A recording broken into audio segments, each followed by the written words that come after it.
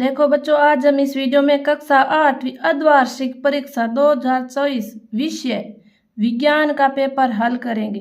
देखो, कक्षा 8 का विज्ञान का पेपर है, यही आएगा। रट लेना इसको अच्छी तरह से, पूरा याद करके जाना। कक्षा 8 का पेपर है, समय 2.5 घंटा, 2 घंटा 30 मिनट में इस पेपर को हल करना है और 50 नंबरों का आएगा। पूर्णांक कितने? 50 अंक। देखो, निर्देश है प्रश्न संख्या 1 से 10 तक का है, वो एक एक नंबर का है। और प्रश्न संख्या 2, 3, 4 प्रत्येक 5 अंक का। प्रश्न संख्या 5 से 10 तक प्रत्येक 2 का। 11 से 13 तक का 3 अंक, तो 14 का होगा 4 अंक का। देखो बच्चों, अच्छी तरह से याद करके जाना, विज्ञान का पेपर है। प्रश्न नंबर 1, निम्न वस्तुनिष्ठ प्रश्नों को हल कीजिए। निम्न में से रबी की फसल कौन सी है? तो रबी की फसल देखो गेहूं है, याद कर लेना अच्छी तरह से। 2, संचरणीय रोगों का सबसे मुख्य कारक है, तो इसमें होगा घरेलू मक्खी, ये बे नंबर। 3, संकटापन्न स्पीशीज का रिकॉर्ड कौन सी पुस्तक में रहता है? रेड डाटा बुक में। अच्छी तरह से याद कर लेना, इसमें होगा द। 4, एक टेडपोल जिस परिक्रम द्वारा वयस्क में विकसित होता है वह है कायांतरण। ए, किशोरावस्था कौन सी आयु वर्ग को कहा जाता है? 11 से 19 वर्ष को। एक युग्म नज में पाए जाने वाले केंद्रकों की संख्या होती है 1। मोमबत्ती की ज्वाला के सबसे बाहरी भाग का रंग कैसा होता है? नीला। एलपीजी में जी का मतलब क्या होता है? गैस। अक्षय प्राकृतिक संसाधन कौन सा है? पेट्रोल। उचित समय एवं अयंत्रण अंतराल पर फसल को जल देना क्या कहलाता है? सिंचाई। ड, अच्छी तरह से इसको शब्द को याद कर लेना है। प्रश्न नंबर 2, निम्न रिक्त स्थानों की पूर्ति कीजिए। तो देखो, हैजा के द्वारा होता है जीवाणु, तो इसमें होगा जीवाणु। यहाँ जीवाणु लिख देना है,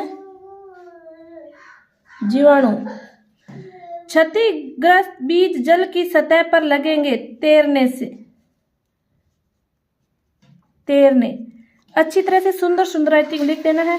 सूक्ष्म जीवों को की सहायता से देखा जा सकता है सूक्ष्मदर्शी, तो इसमें सूक्ष्मदर्शी होगा।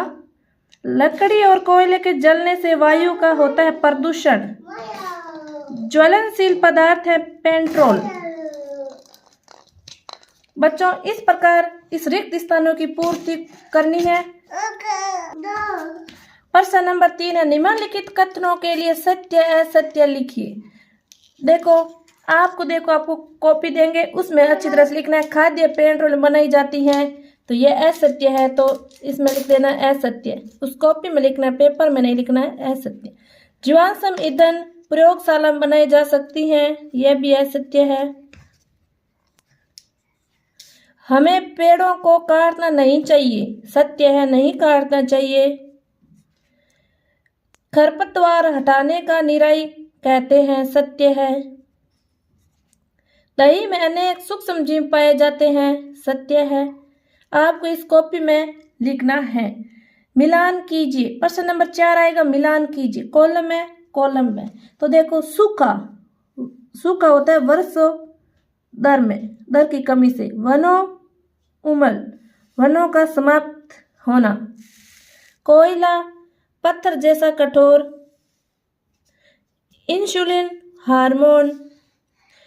प्रोटीन दालों से प्राप्त होती है, प्रोटीन, सही है। इस प्रकार मिलान करनी है। प्रश्न नंबर 5 है, मोमबत्ती का नामांकित चित्र बनाइए। तो यहाँ एक मोमबत्ती का चित्र बनाना है। तो देखो, मोमबत्ती का चित्र बनाना है इस प्रकार, और इसमें ऐसे लिख लेना है। यहाँ देखो मोमबत्ती, तो यहाँ देखिए इस पर लिखना है, बिना जली मोमबत्ती का सबसे आंतरिक क्षेत्र काला होता है। और यहाँ देखो आंशिक दहन वाला मध्य भाग पीला। और यहाँ देखो सबसे कम गरम यहाँ सबसे गर्म होगा, सबसे गर्म भाग पूर्ण दहन का बाह्य क्षेत्र नीला। यहाँ इस प्रकार मोमबत्ती का चित्र बना लेना है और ये नाम लिखना है। प्रश्न नंबर 6 है, किशोरावस्था किसे कहते हैं? तो किशोरावस्था किसे कहते हैं?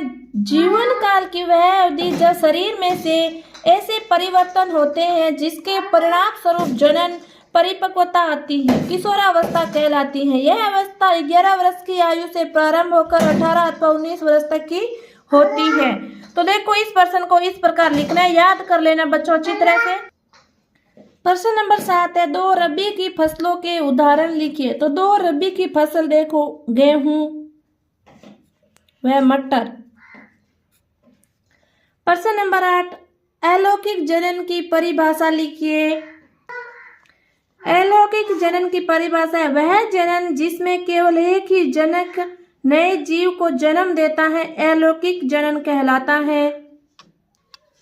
प्रश्न नंबर 9 है, खरपतवार किसे कहते हैं? खरपतवार वे अवांछनीय पौधे हैं या जंगली पौधे हैं जो खेत में बोई गई फसल के साथ अपने आप उग जाते हैं, उसे खरपतवार कहते हैं। प्रश्न नंबर 10 है, प्रतिजैविक क्या है? प्रतिजैविक सूक्ष्म जीवों द्वारा उत्पन्न औषधि जो बीमारी पैदा करने वाले सूक्ष्म जीवों को नष्ट कर देती है अथवा उनकी वृद्धि को रोक देती है, प्रतिजैविक कहलाता है। इस प्रकार प्रतिजैविक की परिभाषा को आपको याद करके जाना है, पेपर में जरूर आएगी। प्रश्न नंबर 11 है, हमारे जीवन में सूक्ष्म जीवों के 3 उपयोग लिखिए। देखो हमारे जीवन उपयोगी सूक्ष्म जीवों के 3 उपयोग।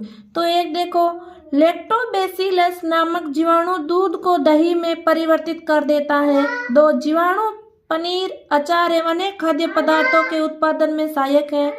3 बेकिंग उद्योग में यीस्ट का उपयोग होता है जो ब्रेड, पेस्ट्री एवं केक बनाने में सहायक है। इस प्रकार 3 सूक्ष्म जीवों के बारे में बताना है। प्रश्न 12, खाद्य एवं उर्वरक में कोई 3 अंतर लिखिए। उर्वरक व खाद में अंतर। उर्वरक मानव निर्मित रासायनिक पदार्थ है। खाद्य एक कार्बन जैविक पदार्थ है जो गोबर, मानव अपशिष्ट एवं पौधों के अवशेष के विघटन से प्राप्त होता है। 2 उर्वरक का उत्पादन फैक्ट्रियों में होता है। खाद्य खेतों में बनाई जा सकती है। 3 उर्वरक से मिट्टी को हार्मोन्स प्राप्त नहीं होता। और 3 खाद्य में मिट्टी का प्रचुर मात्रा में हार्मोन्स प्राप्त होता है। इस प्रकार 3 अंतर को याद करना है। प्रश्न नंबर 13, एलपीजी एवं अच्छा ईंधन है, कैसे समझाइए। देखो एलपीजी एक अच्छा ईंधन है। लकड़ी की तुलना में एलपीजी का ऊष्मीयमान बहुत अधिक होता है, अर्थात एलपीजी के जलाने पर अधिक ऊष्मा उत्पन्न होती है, जबकि उतनी ही परिणाम में लकड़ी के जलने में अपेक्षाकृत कम ऊष्मा उत्पन्न होती है। एलपीजी पूर्ण रूप से जल जाती है और कोई अवशेष नहीं छोड़ती है। यह था एलपीजी अच्छा। प्रश्न नंबर 14, वनोन्मूलन क्या है, इसका क्या कारण है, इसको कैसे रोका जा सकता है। बच्चों अच्छी तरह से इस पेपर को रट के जाना है, यही पेपर आएगा। वन उन्मूलन का अर्थ है वनों को समाप्त करने का प्राप्त भूमि का अन्य कार्यों उपयोग करना। वन विभिन्न जीवों एवं मानव जाति के अस्तित्व एवं भली प्रकार में रहने के लिए आवश्यक होते हैं। आज इन जीवों के अस्तित्व के लिए वनोन्मूलन एक बहुत बड़ा खतरा बन गया है। वन उन्मूलन के कारण वन में वृक्षों की कटाई निम्न उद्देश्यों से की जाती है। कृषि के लिए भूमि प्राप्त करने के लिए। 2 घरों एवं कारखानों का निर्माण करने के लिए। 3 फर्नीचर बनाने अथवा लकड़ी का ईंधन के रूप में उपयोग करने हेतु। 4 दावानल एवं भीषण सूखा भी वन उन्मूलन के कुछ प्राकृतिक कारक हैं। इस प्रकार बच्चों कक्षा 8 विज्ञान का पेपर को हल करना है। बच्चों अच्छी तरह से इस पेपर को याद करके जाना है। बच्चों आप हमारे चैनल पर नए हो तो चैनल को सब्सक्राइब जरूर करें। हम प्रत्येक विषय के पेपर को अपडेट करते रहेंगे और आप देखते रहिए। धन्यवाद।